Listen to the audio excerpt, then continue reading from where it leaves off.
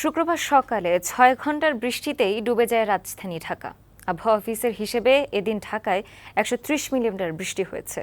এর আগে এর চেয়ে অনেক বেশি বৃষ্টি হলেও এমন জলাবদ্ধতা আগে দেখেনি রাজধানীবাসী। এজন্য যেখানে সেখানে আবর্জনা ফেলা আর ঠিকমতো ড্রেন পরিষ্কার না করাকে কারণ বলছে নগরবাসী। এদিকে আগামীকালও মাঝারি থেকে ভারী বৃষ্টির পূর্বাভাস দিয়েছে আবহাওয়া দপ্তর। পিয়াস মাহমুদের প্রতিবেদন।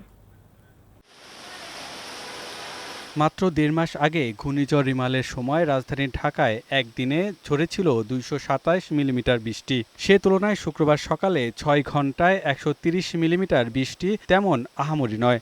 অথচ এই বৃষ্টিতেই ডুবল রাজধানীর ঢাকা। ছুটির দিনে সকাল ৬টা থেকে দুপুর ১২টা পর্যন্ত বৃষ্টিতে যে জলাবদ্ধতা ঢাকায় হয়েছে তা আগে কখনো দেখেননি বলে দাবি নগরবাসীর। জলাবদ্ধতা আর এর জেরে সীমাহীন দুর্ভোগের জন্য অবশ্য নিজেদেরই দুষছেন তারা। যেখানে সেখানে ময়লা আবর্জনা ফেলার কারণেই এমন জলাবদ্ধতা হয়েছে বলে জানান তারা।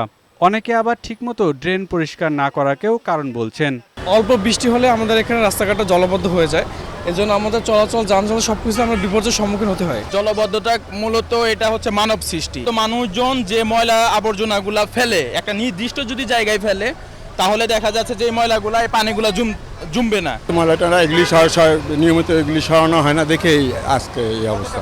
আবহাওয়া দপ্তর জানিয়েছে রাজধানী সহ বিভিন্ন স্থানে বৃষ্টির এই ধারা শনিবারও অব্যাহত থাকবে।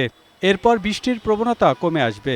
মৌসুমী বায়ু সক্রিয় থাকার কারণে আমাদের দেশে বৃষ্টিপাতের পরিমাণটা অনেকটাই বেড়ে গেছে। ৮টা জায়গায় আপনার অতি ভারী এবং ৮টি জায়গায় মোটামুটি ভারী বৃষ্টিপাত হয়েছে এবং দেশের অধিকাংশ জায়গায় মাঝারি থেকে মাঝারি ধরনের ভারী বৃষ্টিপাত হয়েছে।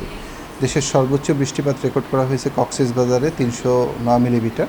এর মধ্যে ঢাকা, খুলনা, বরিশাল, রংপুর, ময়মনসিংহ, চট্টগ্রাম ও সিলেট বিভাগের কোথাও কোথাও মাঝারি থেকে ভারী বর্ষণ হতে পারে। পিয়াস মাহমুদ, বৈশাখী সংবাদ, ঢাকা।